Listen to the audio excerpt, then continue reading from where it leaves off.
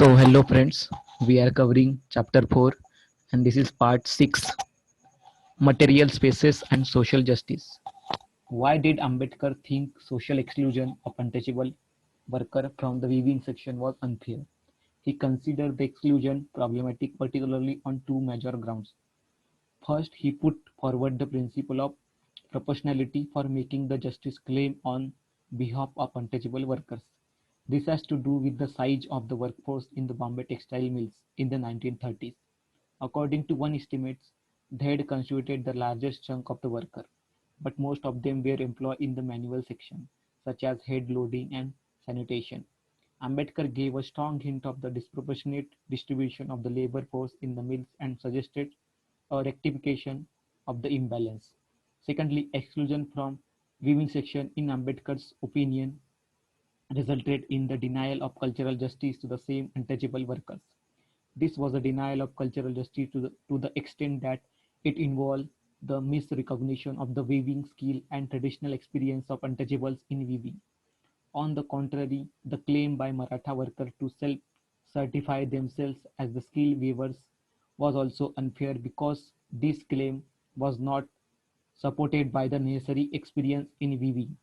This exclusion of the untouchables ultimately pushed them into unskilled sector of the textile mills, thus leading to their skilling. As a result, the untouchable workers suffered the loss of self-esteem and self-respect. Ambedkar did not want to push unskilled, untouchable labor into the weaving section. He suggested that workers after training would be eligible for entry into weaving section. He got a batch of 130 trained untouchable workers from the Varhad, now Vidarbha region to train untouchable in weaving in textile mills. As Khairmode notes, even then the Prakash worker did not allow this worker to join the textile mills and hence the training of untouchable could not take off. In this regard, it is pertinent to note Gandhi's notion of self-respect, particularly in regard to the textile mill workers. According to Gandhi, the moral source that can result in the loss of self-respect is the workers' demand for wages for the days on which they did not work as they were on strike. In the Gandhian framework of moral economy, it is the labor that is performed in an actual time and space that constitute the source of self-respect. Commitment to moral duty is the guarantee for earning self-respect. Thus, for Gandhi, a free rider would have no claim over self-respect. In Ambedkar, the idea of self-respect as a part of the larger concept of cultural justice spring from another experiential space, sacred space, Hindu space. Sacred space, according to Ambedkar, is the source of not only the struggle for equal entry but the moral struggle for recognition. The temple entry movement led by Ambedkar was neither aimed at creating sacred space for spiritual satisfaction, nor was it undertaken to achieve social elevation for the untouchables. It involved a higher moral purposes where he sought to invoke a sense of self-respect among the untouchables on the one hand and cultivate reason among the recalcitrant Hindus on the other. Ambedkar uses the principle of labor contribution as the rallying point in order to achieve this twin pedagogical purpose. Ambedkar argued that those untouchables who were responsible for constructing and later protecting the Hindu temple have every reason to feel the loss of self-respect as their labor contribution was not recognized by high caste Hindus. In his view, contribution generate the language of right to enter the temple. If the untouchable fail to assert their right, then their self-respect would diminish.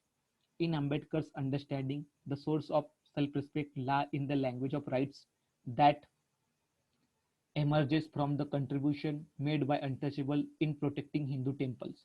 In other words, Ambedkar considered moral ability to assert one's claim over temple entry as the source of self-respect.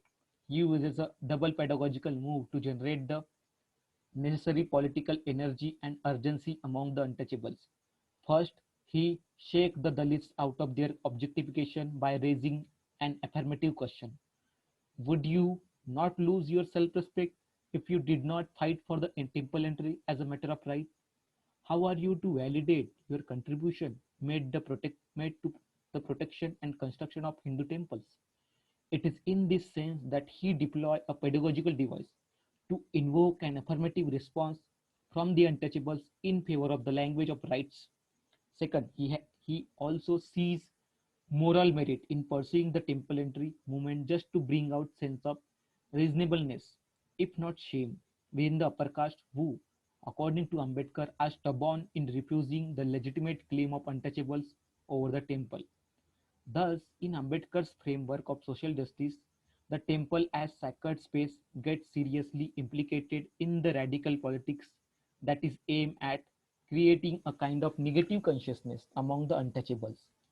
As we know, Ambedkar successfully uses this temple entry movement to the extent that it is necessary for pushing Dalit consciousness to higher level, where its political articulation foreground the notion of justice, social and cultural. In Ambedkar's understanding, the contestation of the temple as sacred space militates against the mainstream Hindu imagination where the temple as sacred space is intensified through the cultural construction of India as a Bharat Mata, Mother India. We shall discuss this point in a greater detail in the last section of this chapter. There is one curious similarity between Gandhi and Ambedkar. Gandhi differs from Ambedkar to the extent that he does not deploy the modern language of rights while advocating temple entry for the untouchables. On the contrary, he puts emphasis on the moral duty of high caste Hindus to allow the untouchables to enter the Hindu temples for kindling an element of reason within the high caste Hindu. He put tradition to critical use in his efforts to cultivate moral reason within the upper caste. He appealed to them, if in your own belief temple are the sacred spaces to wash the sin of this birth or previous birth, and if you think that untouchable have committed sin in their previous birth, is it not your moral duty to give them chance to wash their sin in sacred spaces? Here Gandhi does not take into consideration the principle of contribution deviates and thus deviates from his earlier position, which he took with regard to textile worker in Ahmedabad.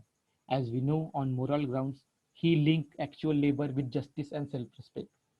Ambedkar's, on the other hand, tried to reason with the caste Hindu by deploying the disembodied universal reason based on the notion of entitlement, which itself emerges not out of inherited social property or assets, but from the actual contribution made. In this regard, we have to remember that Ambedkar uses the temple entry movement not for lending legitimacy to sacred space, but to tactically use it for generating negative consciousness, which form the precondition for the political articulation of the concept of social justice and self-respect. Thus, here it is the temple entry that forms the basis of creating a subversive cultural consciousness among the untouchables. But in a different situation, he uses the idea of exit from the temple as the basis of creating cultural consciousness, as the background condition for the articulation of the concept of social justice and particularly self-respect. Now we will cover in next part. Thank you.